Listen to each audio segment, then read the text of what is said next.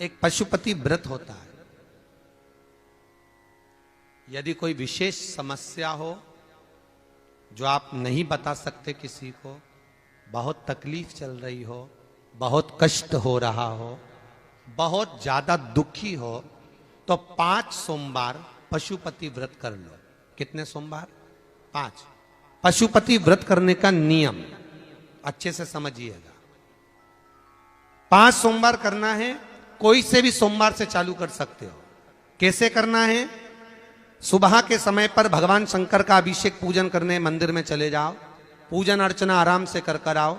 शाम के समय वही थाली लाकर घर में रख लो। सुबह के समय फलहार कर लो या मीठे का भोजन कर लो। अर्थात मीठे का भोजन मतलब फलाहारी भोजन, जो भी मीठे का है वो करें। शाम के समय घर से 6 दिए लगाकर लेके जाएं घी के। कितने दिए? 6। साथ में कुछ मीठा बनाकर लेकर जाएं। शंकर जी के मंदिर में जाकर मीठे के 3 हिस्से कर दें। 2 हिस्से मंदिर में रख दें, 1 हिस्सा अपने साथ लेकर आना। मंदिर से जो 6 दिए लेकर गए हो वो 5 दिए भगवान शंकर के सामने लगा दो पशुपति नाथ के नाम से, अपनी कामना करकर। 1 दिया वापिस रख के थाली में लिया। जब घर में प्रवेश करें, घर के अंदर प्रवेश करते समय राइट भाग में प्रवेश करेंगे, उसका सीधा हाथ प्रवेश करते समय राइट भाग में जो दिया लेकर आए हो वो दिया दरवाजे के बाहर लगा दीजिए। घर के अंदर प्रवेश कर जाओ। जब भोजन करो शाम को, तो जो आपने 3 हिस्से करे थे उसका जो हिस्सा लेकर आए हो वो हिस्से के साथ में भोजन कर लीजिए। इसको कहते हैं पशुपति व्रत।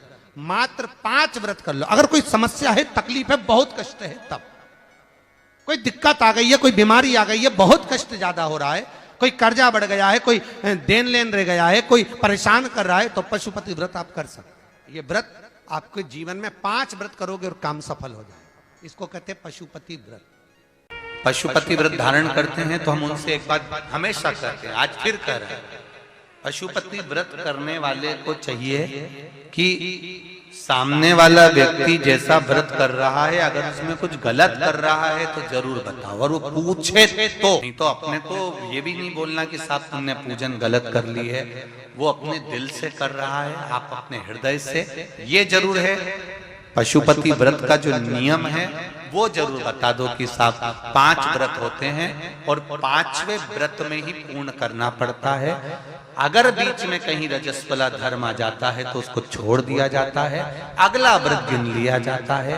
6 दिए मंदिर में ले जाए जाते हैं, 6 ही दिए पृथ्वी पर रखे जाते हैं, 5 दिए जलाए जाते हैं, 1 दिया पृथ्वी पे से उठाकर वापिस अपनी थाली में रख लिया जाता है। प्रसाद के 3 हिस्से जमीन पर रख दिए जाते हैं, दोने में कागज में प्रसाद जिसमें भी तुम लेकर गए हो। 2 हिस्सा मंदिर में छोड़ दिया जाता है, 1 हिस्सा लेकर आ जाते हैं। 6ठा दिया घर के अंदर प्रवेश करते समय अपना जो सीधा हाथ है, अपना सीधा हाथ उस ओर बैठ जाओ और घर की ओर मुख कर कर उस दिए को दरवाजे पर लगा दिया जाता है। ऐसा वर्णन कर दो।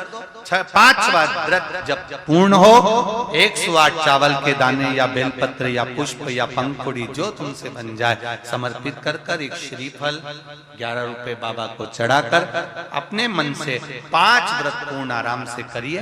बाबा उसको सुनता। ये पत्रों में भी वही की वही बात लिखी। एक ही मंदिर के अंदर होता, मंदिर को नहीं बदला जाए।